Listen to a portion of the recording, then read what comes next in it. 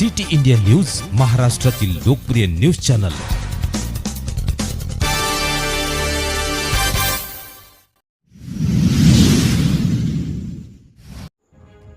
Maharashtra Republican पक्षाची खुलताबाद कार्यकारिणी घोषित। महाराष्ट्र रिपब्लिकन पक्षाच्या खुलताबाद तालुका अध्यक्षपदी माननीय मुबारक पठाण व तालुका प्रसिद्धी प्रमुख शाकीर शहा व अमोल गुंजाळ यांची माथाडी कामगार अध्यक्षपदी नियुक्ती करण्यात आली।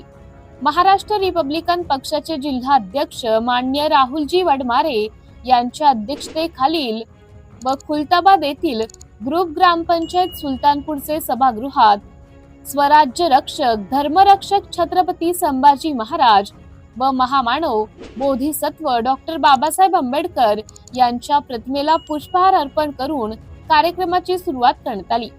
यावेळी जिल्हा अधीक्षक राहुलजी वडमारे यांच्या हस्ते नियुक्ती पत्र देण्यात आली।